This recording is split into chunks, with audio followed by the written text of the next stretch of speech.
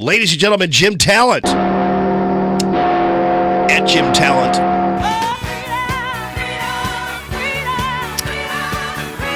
Meanwhile, against the backdrop of all this crazy politics, both locally as well as nationally, we have a American ship attacked. What happened? Well, the Houthis, which are a Shiite group in Yemen, have fired missiles at American naval vessels in international waters. It's the first time I can remember when our ship's anti-missile systems have been triggered. And so here we have, I don't want to call them ragtag because they're actually pretty dangerous in Yemen, but they're Iranian allies, and they're shooting at our ships. And this sort of thing would just be unimaginable 8 years ago. And now we're not only imagining it, but it's happening. You can take out a ship with an anti-ship cruise missile, and we don't know whether they've got them because we don't know what the Iranians have given them. And this is the sort of thing that's going to continue, Jamie, unless and until we have a strong response.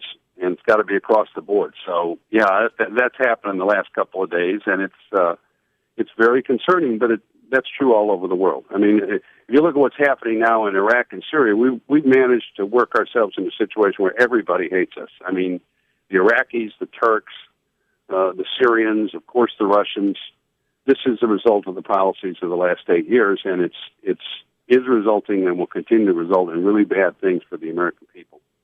Very interesting. So now what do we do?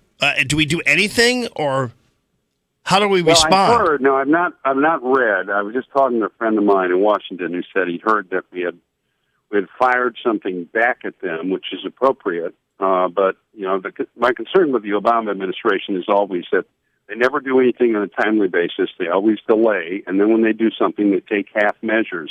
And so the measure, it's the same thing as when you'll recall when the Iranians attacked or came very close to our ships with their patrol boats.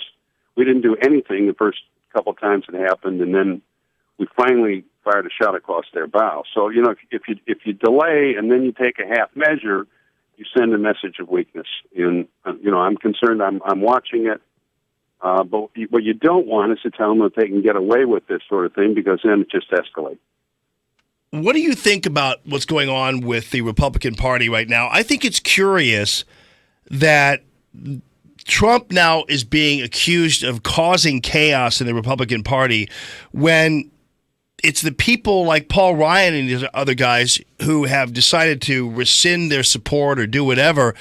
Don't you think that's what's causing the chaos? Why is it that Trump is the one causing the chaos? Yeah. He didn't do anything. When the tape emerged, yeah.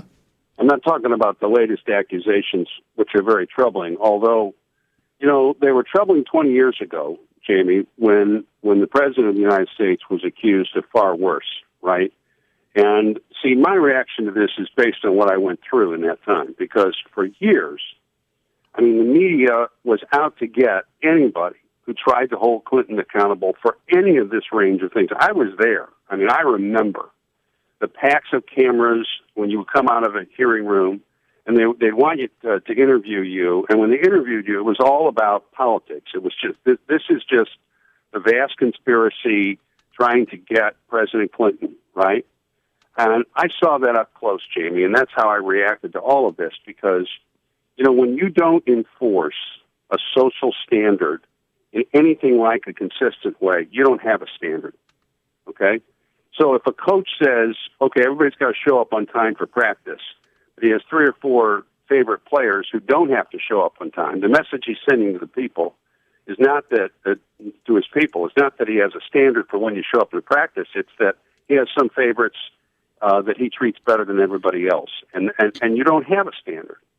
So that was my reaction to all of this. Now, these latest accusations of actual misconduct are obviously very troubling. I don't know how we're going to get to the bottom of them in the context of the climate today. But that's how I would have reacted, because when you don't, and then they seem to have no sense of the incongruity of what they're doing. What they're really saying to everybody is, we have short-term political goals, and we're going to use any standard of decency in order to accomplish our short-term goals. And that's one of the big problems in this country. Well, I think the key phrase, what you just said, which is a question, which is how do we get to the bottom of this before the election? I think that's precisely why the accusations came out now. I don't understand why for the past year these people have all been completely quiet, even as of the time when we were talking about some of the Clinton people, why these people hadn't come out. And so I do believe actually you can make these accusations and there's no way to resolve them before the actual election. I think that's precisely the point of making them at this time. Timing seems to be very odd. Not to say that these people are all lying, but the timing seems to be very odd, and I think that needs to be considered too. Jim Talent, great talking to you, buddy. At Jim Talent, AEI.org. Great to see you. Have a great rest of your weekend.